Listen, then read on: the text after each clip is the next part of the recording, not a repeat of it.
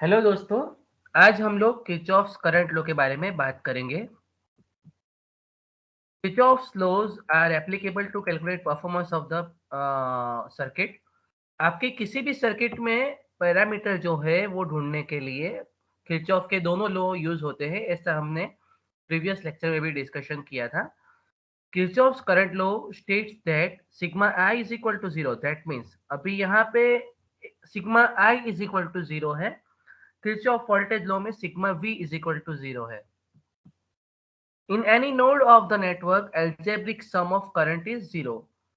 Network में किसी भी नोड पर algebraic sum of current, current का algebraic sum है वो जीरो होता है।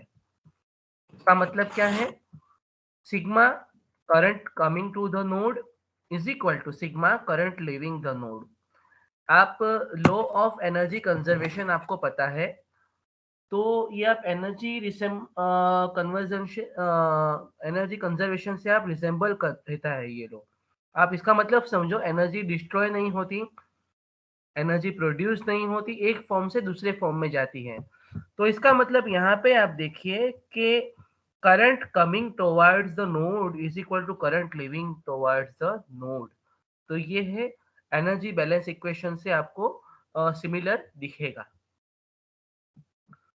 इसके भी कुछ टिप्स है लेकिन किरचॉफ्स वोल्टेज लॉ की तरह बहुत सारे टिप्स नहीं है, सिंपल है। आप किसी भी नेटवर्क का कोई एक नोड ले लो, consider current coming to the node is positive and leaving to the node is negative and write equation. आप दो चीजें कर सकते हो। आप नेटवर्क में किसी भी नोड को पसंद करने के बाद करंट अगर आता है नोड की तरफ तो उसको पॉजिटिव ले लो, और अगर नोड को छोड़ के जाता है उसको नेगेटिव ले लो।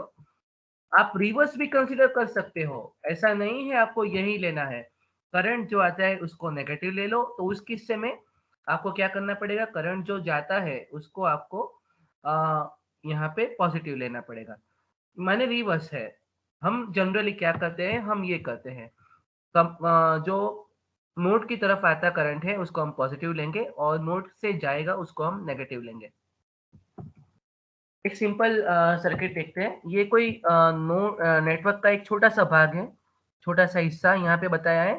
ओ नोड है आपका, तो I1 करंट बाहर जा रहा है, I2 करंट नोड की तरफ आ रहा है, I3 करंट नोड की तरफ आ रहा है, I4 करंट नोड की तरफ आ रहा है, और I5 करंट नोड से बाहर जा रहा है। दो करंट है I1 और I5 नोड से दूर जा रहे हैं, और I2, I3 और I4 नोड की तरफ आ रहे हैं। तो केसीएल यहाँ पे अप्लाई करेंगे नोड ओ पे। तो देखिए ये जा रहा है I1 तो माइनस I1, I2, I3 और I4 तीनों प्लस है, यहाँ पे नोड की तरफ आ रहे हैं, और I5 है बाहर जा रहे हैं तो माइनस I5। तो इसको हम लिखेंगे I2 plus I3 plus I4 is equal to I1 plus I5। इसका मतलब सिंपल है, current coming towards the node is equal to current leaving the node. आपका करंट जो नोड से आएगा वो सम कर लो आप, तो वो कितना होगा, सम आप नोड के बाहर जाने वाले करंट जितना होगा। एक छोटा सा एग्जांपल देखेंगे दोस्तों। For a given part of the network calculate current I1 eight node O। आपको एक नोड दिया गया है, एक पार्ट है नेटवर्क का, नोड O है, तो आपको डिफरेंट करंट दिए गए हैं।